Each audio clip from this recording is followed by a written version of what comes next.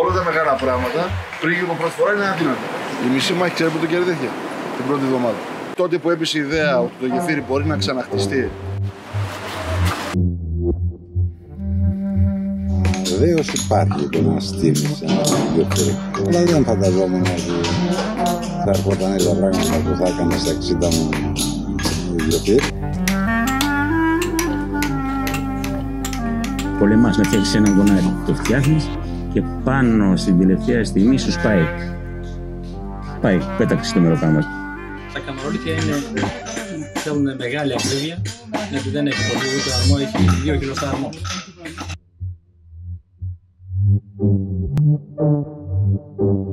Έχει εντάξει αυτό το χαρακτηριστικό ότι έχει 2 καπηλότες και έπρεπε όχι μόνο να δημιουργηθεί αυτό, αλλά είναι και ακριβώς στη θέση που είναι του παλιού.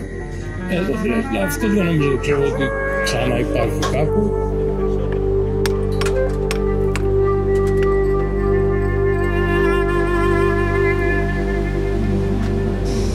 Πάμε τη δουλειά, γι' αυτό και την κάνουμε. Γι' αυτό και τη μάθαμε, δηλαδή. Άμα δεν αγαπάς κάτι δεν μπορεί να το μάθεις ποτέ.